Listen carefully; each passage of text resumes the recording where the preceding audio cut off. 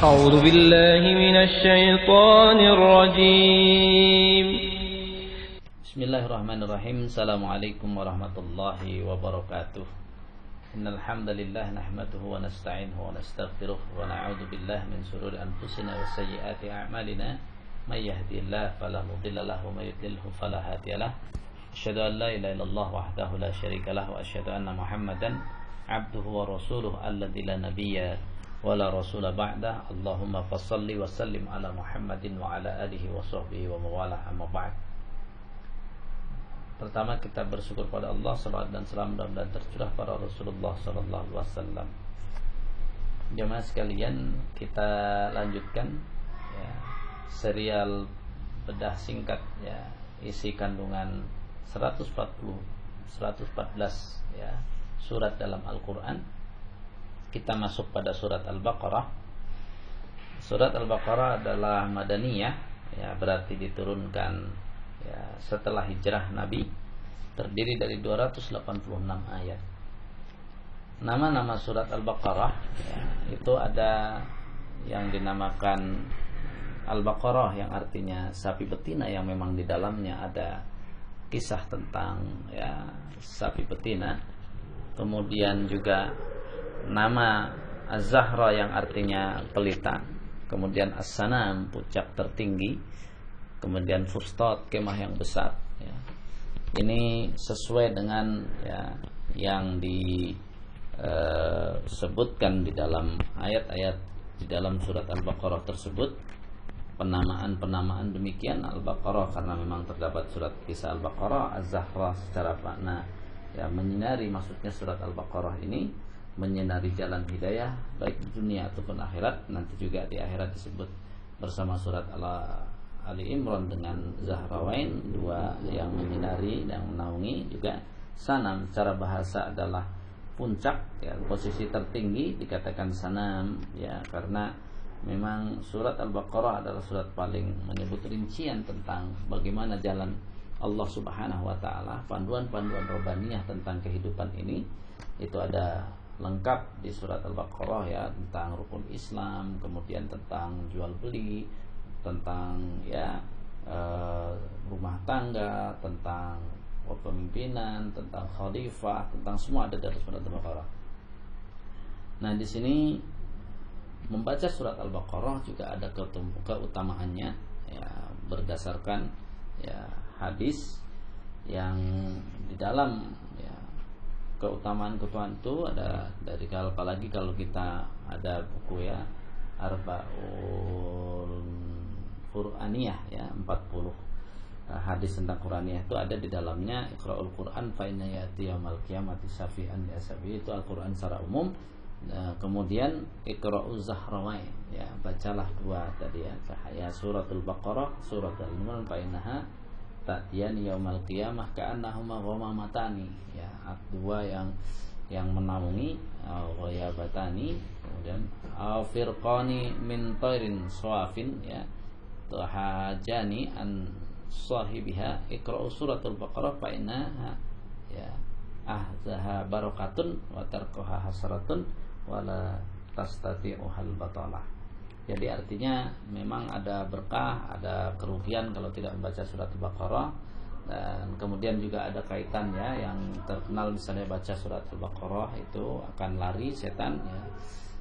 Fa inna syaitan yanfiru min ya tuqra'u min al-bait tuqra'u fihi suratul Baqarah, yang dibacakan surat Al-Baqarah.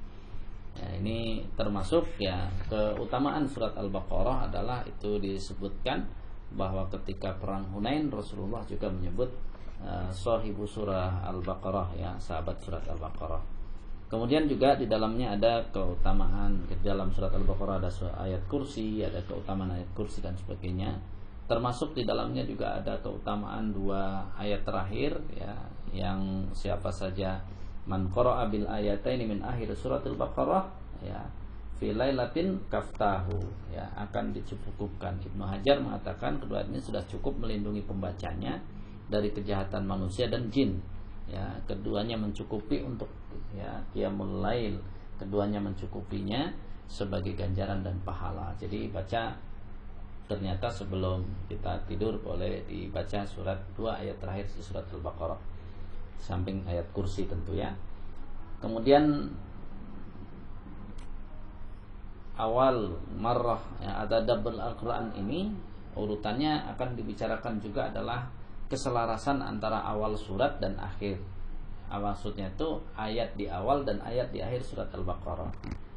Ya, di awal surat Al-Baqarah yang disebutkan keselarasan itu adalah surat Al-Baqarah ayat 3, alladzina yu'minuna bil ghaib, yang itu disebut selaras dengan amanar rasulu bima unzila ilaihi mir rabbih wal mu'minun kullun amana billah wa malaikatihi wa kutubihi wa rusulihi la nufarriqu baina ahadin mir rusuli wa qalu sami'na wa ata'na ghufranaka rabbana wa ilaikal masir. Ini semua menunjukkan adalah keimanan kepada yang gaib ya.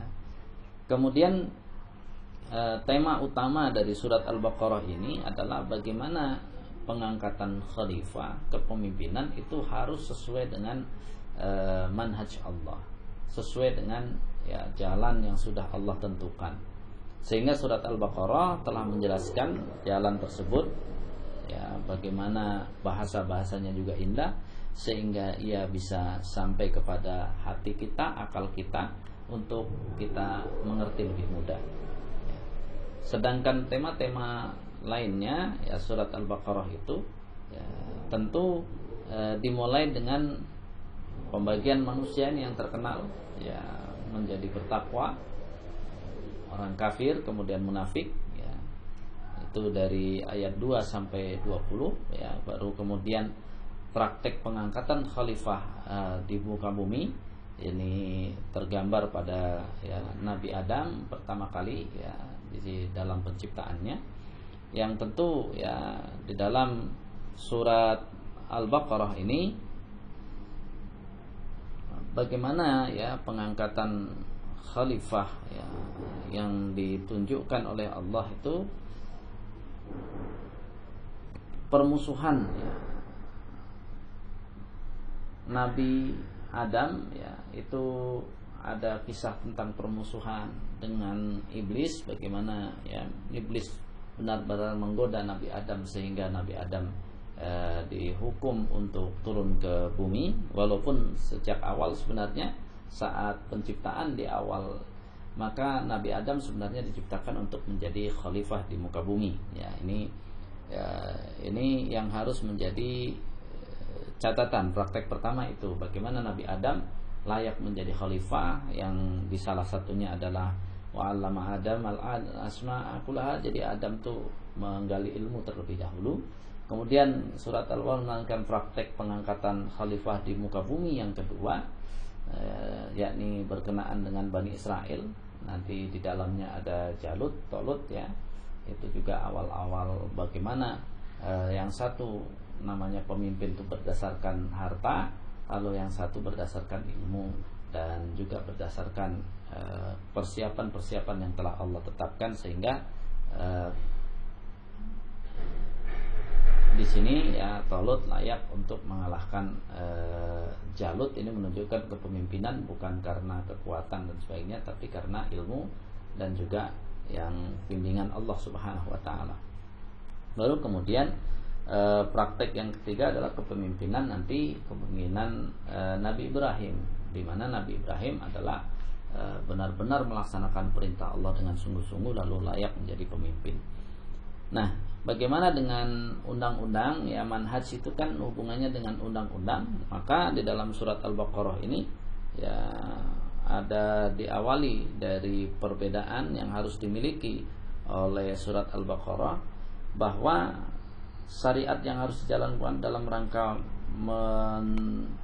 mempraktekkan tugas kekhalifahan di muka bumi, maka syariat itu datang secara urut, fase-fasenya diberikan oleh Allah, tidak sekaligus ya. Nah, artinya dia harus ya benar-benar sesuai dengan apa ketentuan-ketentuan Allah tersebut.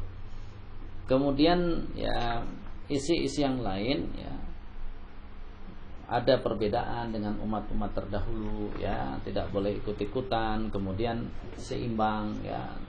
Islam, ajaran jalan-jalan Allah itu manhaj Allah itu seimbang, pertengahan, tidak terlalu ekstrim gitu ya. Dia ada disebut pertengahan dalam diferensia gitu ya. Kemudian ujian-ujian ketaatan,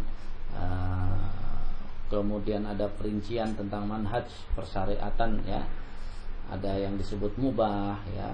Kemudian ada bicara nanti bagaimana kriminalitas, kemudian peringatan dan pentingnya wasiat syariat yang berupa ibadah-ibadah, kemudian khusus misalnya yang kita sedang jalankan hari ini, yakni berpuasa di bulan Ramadan, kemudian jihad, ada perang, ada haji ya, ada hukum-hukum keluarga, pernikahan, ilah, kemudian talak ya, khulu, kemudian iddah ya, nafkah, persusuan, dan juga ada haid, kemudian ada hal-hal yang tentu surat Al-Baqarah ini turun secara bertahap dengan sangat jelas, yang urutannya Allah yang lebih tahu tentang urutan-urutan tersebut ya.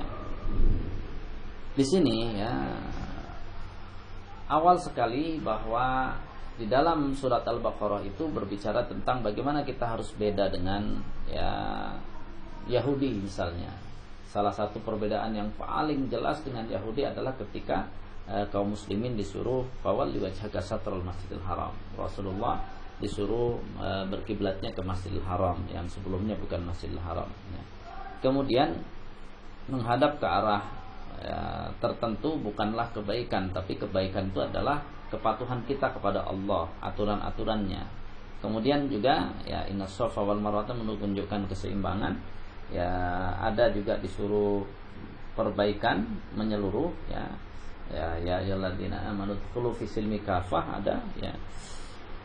Jadi disinilah akhirnya kita tahu bahwa kenapa urutan-urutan tentang keluarga dan sebagainya diletakkan di belakang, karena memang secara utuh ya pensyariatan manhaj Allah ini diawali dengan kekuatan keimanan, karena orang tidak akan bisa berbuat baik kalau memang dia tidak yakin akan adanya siksa, tidak yakin adanya Allah Subhanahu wa taala. Semua itu ya, keyakinan-keyakinan dan semua perangkat-perangkat yang bisa ya menyempurnakan itu benar-benar dicontohkan dalam Al-Qur'an. Misalnya kelompok pertama yang gagal menjalankan tugas ya, bertemu musuh. Itu karena memang awalnya kan Jalut bisa mengalahkan Bani Israel. Kemudian Allah mengangkat Talut ya. Talut bisa mengalahkan Jalut karena Talut patuh. Itu semua karena pelaksanaan manhaj Allah Subhanahu wa taala. Nah, di sini ya juga di dalam surat Al-Baqarah dibicarakan ekonomi, khususnya di sana dibahas tentang larangan riba, ya merupakan dosa-dosa besar. Dan secara intisari ya surat Al-Baqarah ini intisari ya adalah yang pertama adalah bagaimana penguatan hati orang yang beriman, meningkatkan keyakinannya kepada Allah Subhanahu wa taala. Hal itu untuk membantu mereka dalam menyempurnakan jalan pengabdian kepada Allah. Makanya di dalamnya ada Uzair ya, bicara Uzair, Namrud dengan Ibrahim, kemudian Ibrahim ya menghidupkan burung. Itu hanya untuk bagaimana kita dalam hidup ini keyakinan kepada Allah harus benar-benar menjadi keyakinan yang pokok, yang utama. Kemudian ada kisah orang-orang mati kemudian dihidupkan kembali. Itu menunjukkan bahwa ya keyakinan ini bicara tentang kekuatan hati kita ini sangat penting ya. Jadi ketika kita ilmunya banyak tapi kita tidak punya kekuatan batin, keimanan yang cukup, akan mudah terombang-ambing. Nah, kemudian juga dalam surat Al-Baqarah ini diberikan jalan, misalnya kalau Allah mengharamkan sesuatu, biasanya Allah berikan yang ya gantinya dengan cara mubah. Misalnya Allah mengharamkan riba, maka Allah menganjurkan kita untuk melaksanakan jual beli ya. Dan surat Al-Baqarah ini satu-satunya yang menyebut bahwa semua rukun Islam disebut secara sempurna. Ada la ilaha illallah, kemudian ada sholat, zakat, puasa, dan haji, dan juga harus mengakui Rasulullah sallallahu alaihi wasallam sebagai Rasul ya. Ini ada dalam surat Al-Baqarah. Kemudian ya di surat Al-Baqarah ini yang terkenal dibuka dengan ya ayat yang bagi orang yang berakal akan tahu bahwa ini Al-Quran tidak main-main, karena diawali dengan kalimat Ya, dzalikal kitabul la raiba fi. Tidak ada keraguan di dalam Al-Qur'an ini. Jadi tidak ada satu tulisan pun di muka bumi ini yang akan menyamai Al-Qur'an, karena Al-Qur'an sudah dari awal mengatakan tidak ada keraguan di dalamnya. Sedangkan kalau kita menuliskan apa? Oh, banyak kekurangan, banyak ini ya perbaikan yang diperlukan.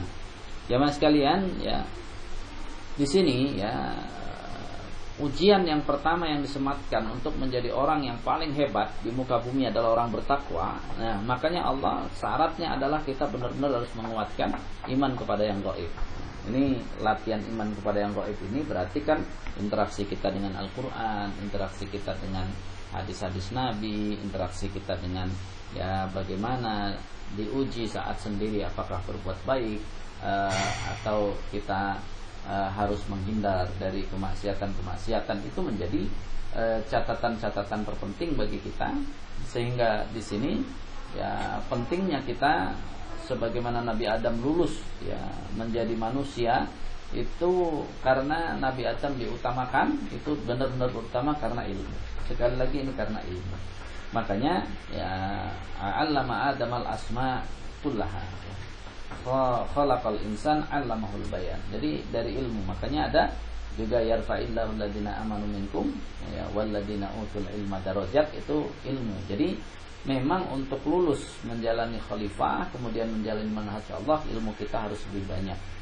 Kemudian ya di sini dalam surat Al-Baqarah ayat 67 juga jelas bahwa ketika Nabi Musa ya disebutkan tentang tadi ya bagaimana dia takut pada Allah adalah a'udzubillah an akuna minal jahilin, atau berlindung pada Allah kalau aku menjadi orang yang bodoh. Ini ya, jadi jangan sampai kita menjadi orang yang jahil.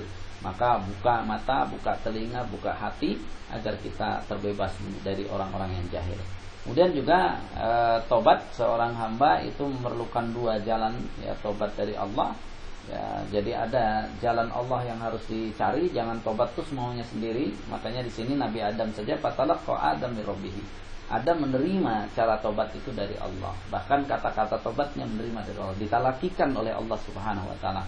Kemudian bagaimana cara Allah menerima tobat ya, itu pun harus kita gali. Artinya di dalam Al-Qur'an ini banyak Allah Maha Pengasih Penyayang bahwa Allah akan menerima tobat kita. Nah, kalau kita dalam hidup ini kadang-kadang gitu ya, akan melihat kelakuan-kelakuan manusia yang mungkin tidak masuk akal, dia bisa berbuat sedemikian gitu ya. Ada kok kayak binatang nih, nggak masuk akal manusia berbuat seperti itu. Kalau dia benar-benar punya akal, mata, telinga. Ya inilah dalam Al-Qur'an Allah sudah menyebut memang ada yang hati manusia itu ya disebut lebih keras dari batu. Summa qasat qulubukum ba'dal fahiya kal hijarati aw ashaddu qaswa. Hatinya lebih berat lebih keras daripada batu. Kenapa? Karena batu masih ada manfaatnya di ayat itu. Ada batu yang terbelah lalu mengalir ya sungai.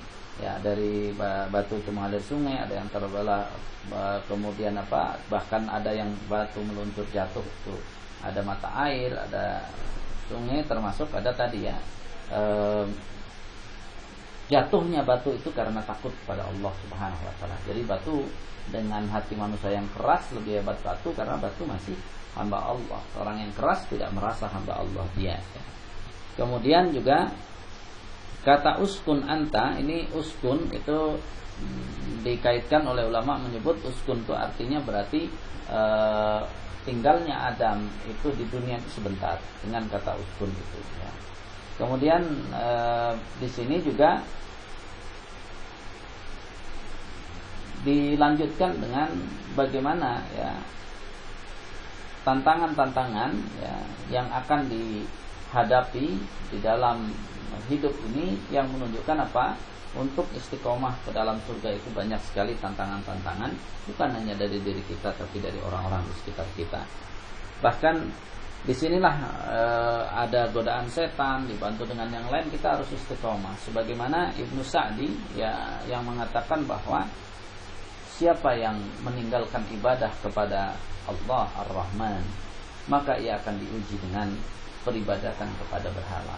Bayangkan, siapa yang meninggalkan peribadahan kepada Allah, maka dia tetap akan beribadah, tapi beribadah kepada setan. Atau siapa yang tidak menginfakkan hartanya dalam hal ketaatan kepada Allah, maka ia akan menginfakkannya pada jalan-jalan setan. Ya. Atau siapa yang meninggalkan ketundukan kepada Rabb-nya, maka ia akan diuji dengan ketundukan kepada manusia. Jadi kalau kita tidak tunduk kepada Allah, biasanya kita nanti jadi tunduk kepada manusia. Nah, siapa yang meninggalkan kebenaran, maka dia akan diuji dengan kebatilan.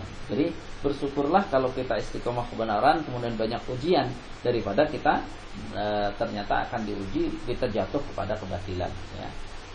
Jadi di sini ya ayyuhan nasu ubudu rabbakum, di sini bahwa harus kita menegakkan bukti penciptaan, ya, baik.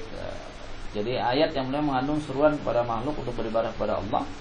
Ya, ada dengan bahwa Allah telah menciptakan, ya, kemudian juga bahwa keindahan dengan menyebutnya hak-hak Allah atas mereka dan pemberian nikmat. Ya, ini menunjukkan bahwa Allah telah menciptakan ya ayyuhan nasu ubudu rabbakumul ladzi khalaqakum, diingatkan dengan penciptaan waladzina min qablikum, dan juga sebelum kalian la'alakum tattaqun, baru kemudian dikasih fasilitas agar kalian bertakwa, baru kemudian dialah yang menciptakan ladzi ja'ala lakumul arda firasha was samaa'a binaa, terus seterusnya. Nah, dari ini maka tentu ya paling tinggi dari tujuan kita hidup ini ya adalah mudah-mudahan kita tetap ya, mentauhidkan Allah, sehingga kita hidup dengan la ilaha illallah, meninggal dengan la ilaha illallah, dibangkitkan dengan la ilaha illallah, karena kita ingin menjalani hidup ini sesuai dengan manhaj Allah sebagaimana yang ada dalam surat Al-Baqarah. Alangkah baiknya kita berdoa di ujung surat Al-Baqarah, Rabbana la tu'akhidna in nasina aw akhtana, Rabbana wa la tahmil 'alaina isran kama hamaltahu 'alal ladzina min qablina, Rabbana wa la tuhammilna ma la taqata lana bih, wa'fu 'anna waghfir lana warhamna anta maulana fansurna 'alal qaumil kafirin. Amin ya rabbal alamin. Subhanaka Allahumma wa bihamdika asyhadu an la ilaha illa anta astaghfiruka wa atubu ilaik. Assalamualaikum warahmatullahi wabarakatuh.